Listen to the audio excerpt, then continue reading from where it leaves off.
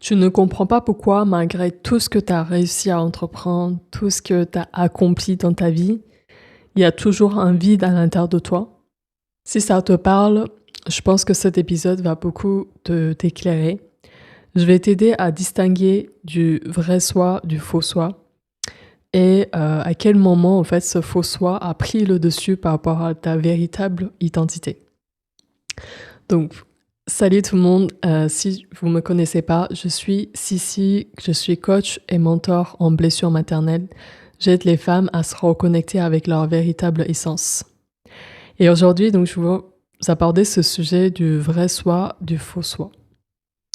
Et comment on peut se reconnecter avec notre vrai soi. Donc déjà, pour vous définir un peu le concept, le vrai soi, c'est quand on sent qu'on est dans l'être, sans masque, sans filtre. Et pour la plupart d'entre nous, quand on vient d'être né dans ce monde, on était venu dans un plutôt vrai soi. Et le faux soi n'existait pas encore parce que on n'a pas encore été conditionné.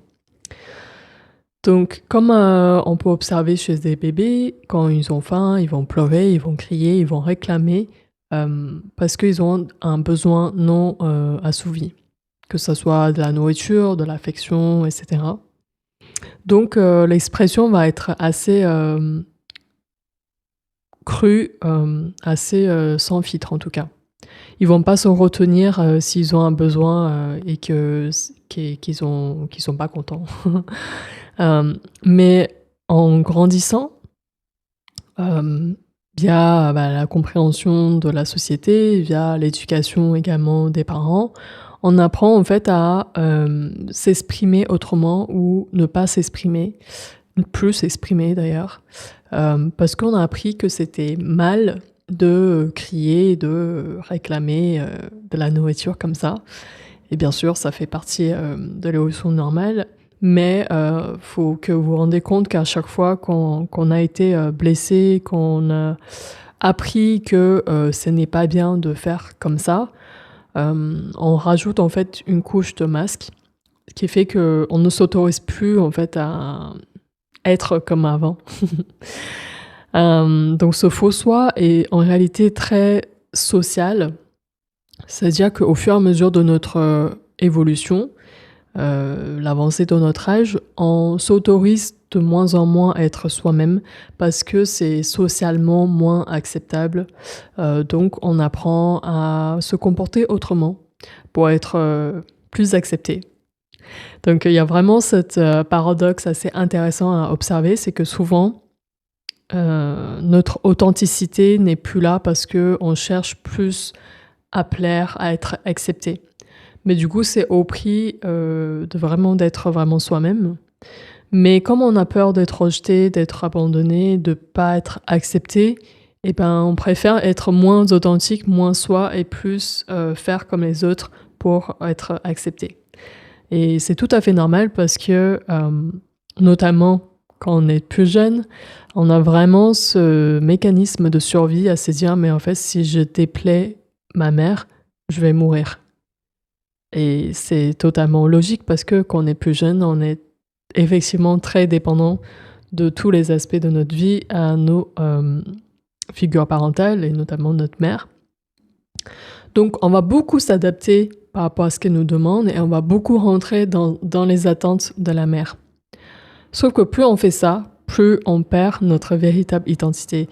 Ce qui nous faisait profondément vibrer, de la joie, de la légèreté, et ben, petit à petit, c'est cette partie-là qui est cachée, qui se cache parce qu'elles se sentent plus autorisées à se montrer. La bonne nouvelle, c'est que ces parties de vous que vous cachez, elles sont toujours là. C'est juste qu'elles attendent que vous ouvrez la porte et vous lui dites que maintenant vous êtes bienvenue dans ma vie et je vous protégerai moi pour votre présence et vous pouvez effectivement être là avec moi. Donc c'est pour vous illustrer l'image. Donc en réalité, les parties que vous réprimez aujourd'hui, ce sont les parties qui n'ont pas été autorisées à être là à un moment donné. dans une situation particulière. Peut-être que vous avez des souvenirs aujourd'hui ou peut-être pas. C'est pas très grave. Ce qu'il faut juste savoir, c'est que ces parties-là, plus créatives, plus joyeuses, qui font ce qu'on appelle de notre enfant intérieur, sont toujours là. Il suffit juste de les cultiver un peu plus au quotidien et s'autoriser encore une fois, se donner cette permission d'être, s'autoriser à faire des choses qu'on n'a plus l'habitude de faire. Vous savez, souvent on dit on manque en fait d'opportunités à réexplorer nos passions d'enfant, ce qui nous faisait rêver, des activités qui aident à cultiver cette créativité, par exemple à travers la danse, à travers la peinture, à travers des mouvements libres, du chant. Vraiment, il y a plein de possibilités. En fait, souvent, ce sont des moments qui vous font perdre la notion du temps tellement vous êtes passionné, tellement vous êtes plongé dans l'activité. Et je pense sincèrement qu'en tant qu'adulte, on a moins en moins, on s'autorise moins en moins à avoir ces moments-là. Et je trouve que c'est vraiment primordial de garder en fait une sorte de routine, que ça soit pas non plus 100% de votre temps peut-être, mais juste de dédier peut-être un jour par semaine à ces activités qui vous font vraiment vibrer. Ça va vous aider finalement à reconnecter à votre véritable essence et petit à petit explorer en fait des parties de vous qui ont été oubliées et désappris. Et en fait finalement le chemin c'est vraiment de sortir de ces conditionnements pour retrouver plus de vrai soi à la place du faux soi. Et je dis pas que le faux soi n'est pas utile du tout, mais juste ayez conscience de quand vous portez ces masques plus sociaux, ayez une idée en fait de la proportion, ayez de la conscience sur quel moment je vais porter ce faux soi pour un petit temps parce que je sais que c'est nécessaire à cet instant-là.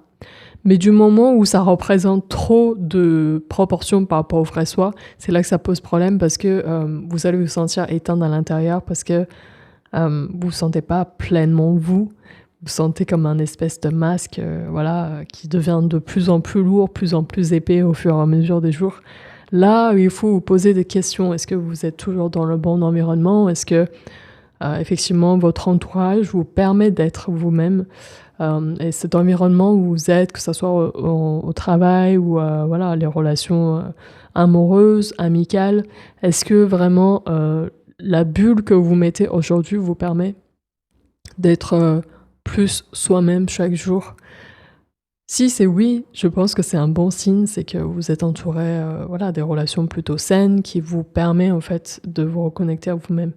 Si par contre vous sentez que à chaque fois que vous essayez de rapprocher du vrai vous, d'affirmer vos opinions, vos vérités, vous vous sentez menacé de l'intérieur et vous vous sentez plus en sécurité, il y a forte chance que ce soit des relations qui vous aident pas forcément à vous élever, et en tout cas à vous reconnecter avec vous-même. C'est que souvent ce sont des relations qui demandent des conditions. Ça veut dire c'est un amour conditionné. C'est que si tu me rends service par exemple, alors je te donne de l'amour, de l'affection. Mais par contre si tu ne fais plus rien pour moi, alors je ne te donne pas autant d'affection ou de l'importance. Et ça, c'est vraiment des signaux à capter, en tout cas au fur et à mesure du temps. Hein. Plus vous avez conscience de vous, de votre valeur, de votre véritable identité, plus vous avez aussi cette sécurité à l'intérieur de vous d'être vous-même. Et moins, en fait, laisser happer par la voix extérieure, les attentes extérieures, etc. Parce que vous aimez tellement, en fait, que ce n'est plus négociable d'échanger en fait vos besoins par rapport aux autres. Donc vraiment, c'est une question de priorité. Est-ce que je m'écoute plus à l'intérieur de moi, mes propres besoins, mes propres désirs, ou bien je mets la voix des autres avant les miens et du coup, je m'oublie. Donc c'est vraiment ça qui se passe souvent. Voilà, j'espère que cet épisode t'aura plu. Laissez-moi un commentaire comme d'habitude sur cette chaîne, ça me ferait extrêmement plaisir de vous échanger, que ce soit sur Instagram ou pas ici. Et puis je vous dis à très vite pour une prochaine vidéo et puis prenez soin de vous. Ciao ciao.